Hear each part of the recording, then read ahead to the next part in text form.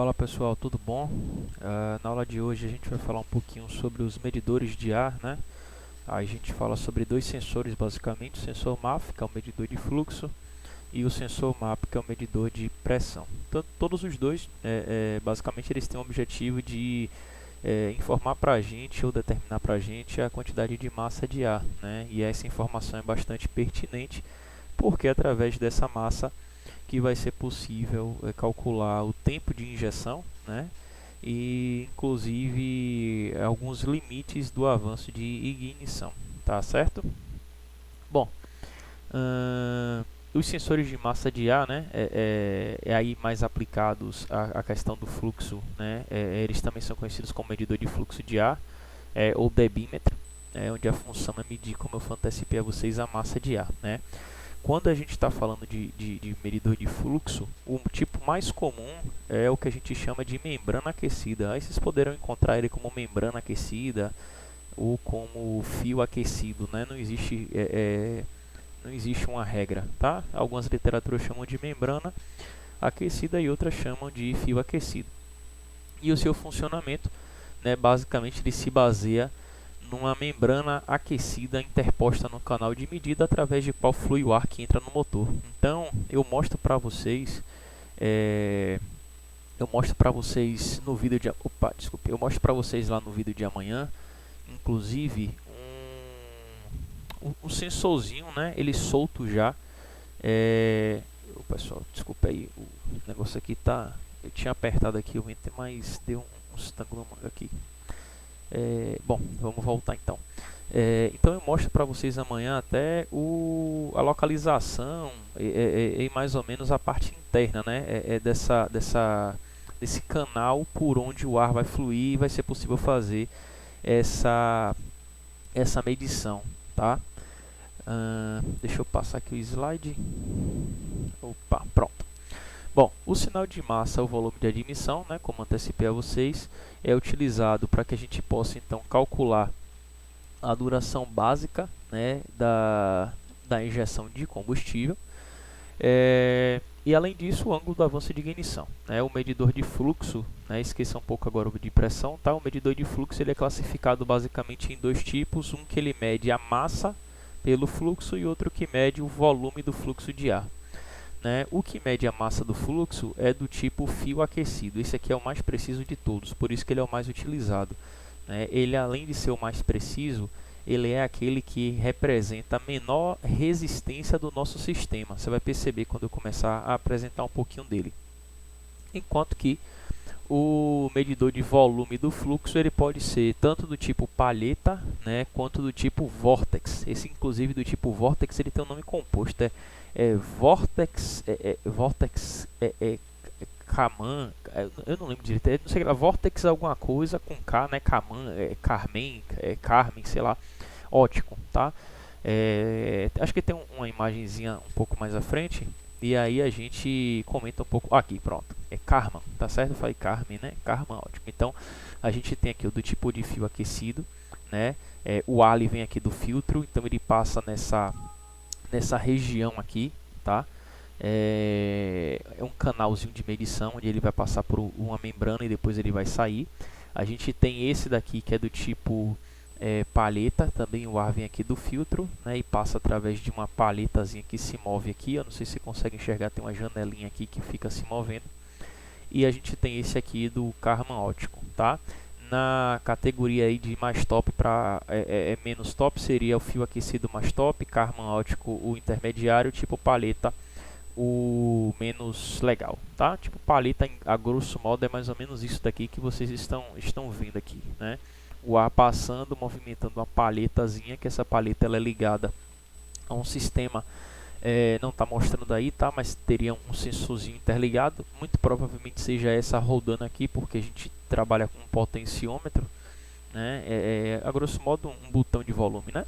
Um potenciômetro e aí através essa jogada, né, de um lado e para o outro do sensor aqui, né, dessa palheta, ele movimenta esse potenciômetro que vai traduzir lá para a central o nosso o nosso sinal, tá? Deixa eu passar mais uma.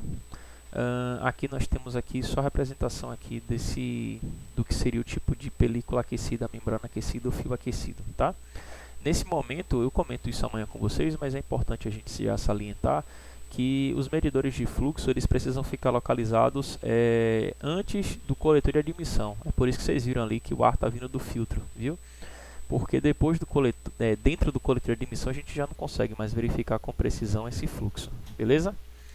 Bom, falar um pouquinho aqui sobre o tipo palheta, né? O medidor de ar de fluxo de ar, né, do tipo palheta, é um medidor que basicamente é composto, né, por vários componentes, né, conforme vocês estão vendo aí nessa ilustração.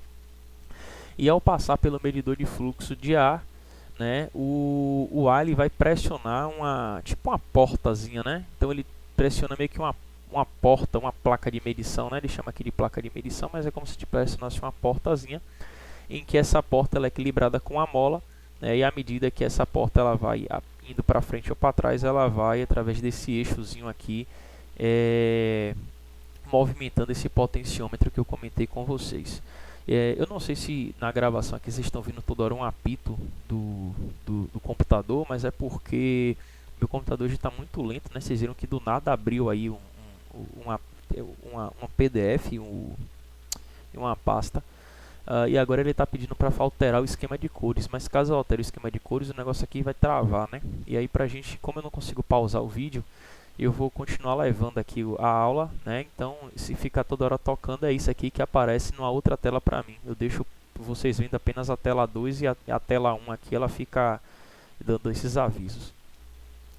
Bom, e esse potenciômetro então que eu comentei é conectado coaxialmente na placa de medição, né? E esse potenciômetro aqui converte o volume de ar de admissão em um sinal de tensão que é enviado para a nossa central. Então, à medida que a tensão ela fica variando, né, existe uma lógica aqui de quanto está próximo a 5 volts é tanto e quanto está próximo a 0 volts é tanto de volume, né? Então percebam que 0 volt a gente tem maior volume e próximo a 5 volts a gente tem um menor volume, né? Então existe uma regrazinha, né, uma tabelazinha de conversão desses valores, tá certo? Esse é o mais arcaico que tem, tá? É um medidor que hoje quase já não é mais utilizado. A gente também tem esse do tipo Vortex, né, que ele monitora diretamente o volume de ar de admissão através de um meio óptico. É um sensor que, por si só, ele gera menos interferência quando o ar está passando, né, porque o esquema de medição dele é menos nocivo, não é a palavra, mas seria menos agressiva a passagem do ar, né? Você interfere menos no fluxo do ar que está indo lá para o coletor de admissão. Então a gente tem uma coluna, né, chamada aí de gerador Vortex, né, que vocês estão vendo aqui embaixo, né? Tem uma coluna e tem uma membrana aqui, que é uma membrana de metal, que a gente recebe, que a gente chama aqui de espelho, tá? Então aqui, ó, uma coluna chamada gerador Vortex é posicionada, de modo que a parte do ar passe por ela e seja possível que os sensores efetuem a leitura através de uma folha de metal fino denominada de espelho, né? E aí quando o volume aumenta, ó, perceba aqui, ó, a frequência do nosso sinal, ela também aumenta, né? É um sistemazinho que ele tem esse espelho, né? Aí a gente tem um fototransistor e a gente tem um LED, tá? Aí como antecipei com vocês, a frequência ela é proporcional à velocidade do fluxo do ar. Então, quanto maior o fluxo de ar, maior a frequência do sinal que vai ser gerado, beleza?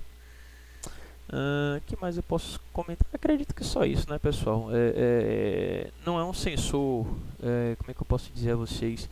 Não é um sensor tão conhecido e tão utilizado, tá? Porque o preço desse tipo de sensor ele se assemelha muito já ao preço do sensor tipo aquecido, e aí por isso preferencialmente utilizamos esse aqui, né, o sensor MAF convencional, né, que seria o de membrana ou de fio aquecido, que é basicamente um cabo aquecido, é uma ponte de Whiston aqui, tá? Eu explico para vocês daqui a pouco que é uma ponte de Whiston, mas basicamente é um cabo ou um fio aquecido, né? Ele tem um cabo e um termistor, e à medida que esse cabo ou esse fio é aquecido, quando o ar de admissão passa, né, por esse fio, ele faz com que a central tente enviar mais corrente para permanecer com ele naquela temperatura, tá? Ou seja, ele está aquecido, o ar frio passa, esfria, né?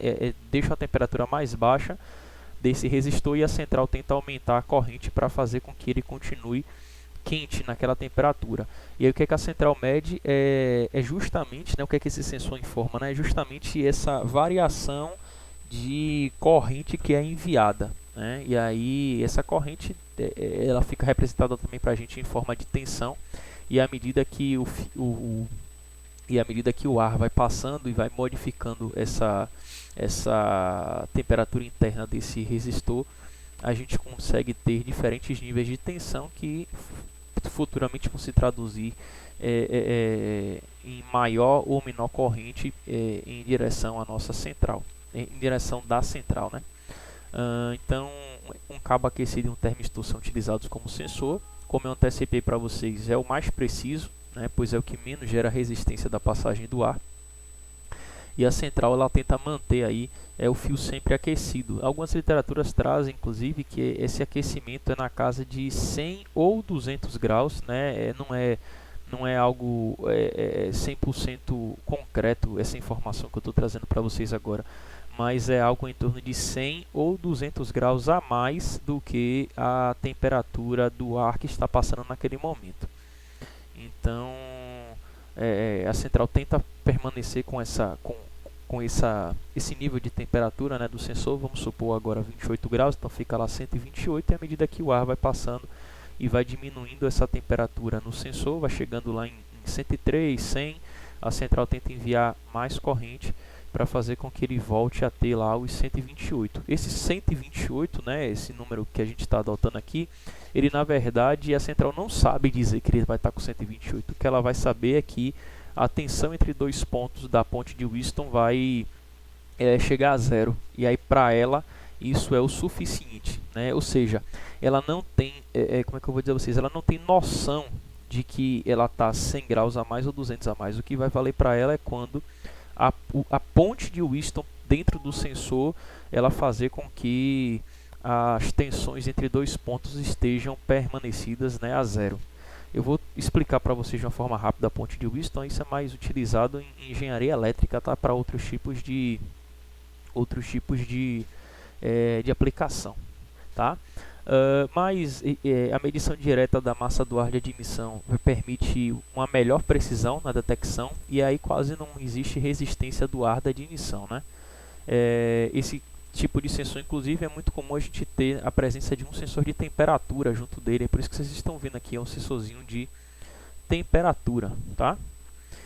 Deixa eu passar aqui mais um slide, cadê você? Pronto. Né, internamente, então, existe um sistema de ponte de Wheatstone, como eu comentei com vocês.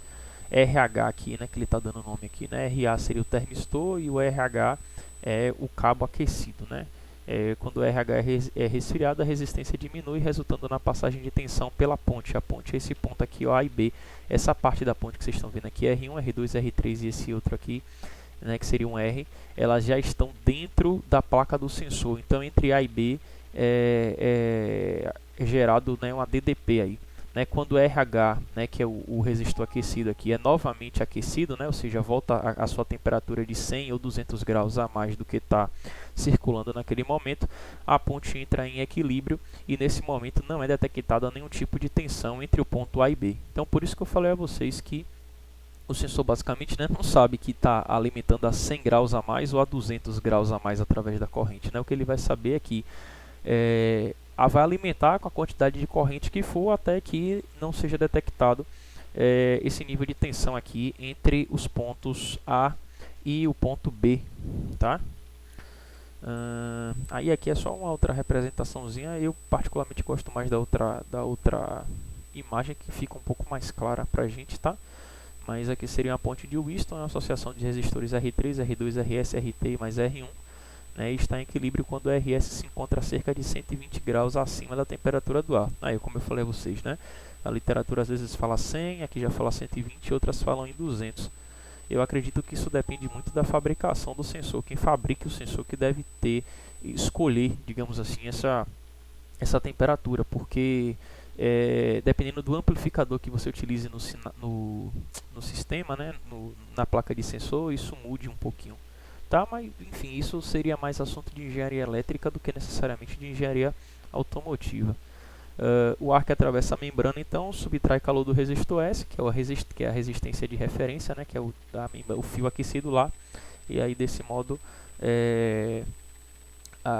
o sistema, então a central, manda mais energia para que a ponte ela volte a entrar em equilíbrio, beleza? Vixe, agora o bicho travou, peraí, calma, pronto, destravou aqui. Hoje o computador ele tá péssimo. Os testes que podem ser feitos, né, para sistema que utilize apenas o sensor de massa de ar sem a presença da temperatura, a gente pode medir a tensão de entrada e a tensão de saída. É um sensor que basicamente a gente vai perceber nas aulas de amanhã que tem 5 ou 6 fios. Particularmente o que a gente mediu amanhã, né, o que a gente mediu amanhã foi pesado, né?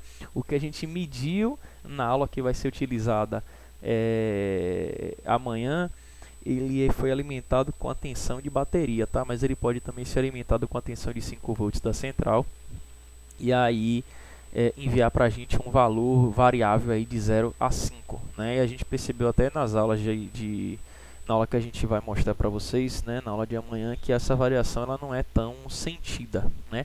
Por esse gráfico aqui, a gente percebe que era para a gente ter um nível de tensão variando um pouco maior, mas nas nossas aulas lá, esse nível de tensão ele não variou tanto, né? E a gente só conseguiu fazer uma variação de 1000 a 3000 RPM lá no Sonic, e talvez isso tenha forçado com que a gente não tivesse tanta variação de tensão assim, mas a tensão que era esperada era de variar muito, né, de 1 a 5 volts, tá? Amanhã vocês vão perceber mais ou menos o que é que eu estou comentando e o que é que terminou acontecendo, tá legal?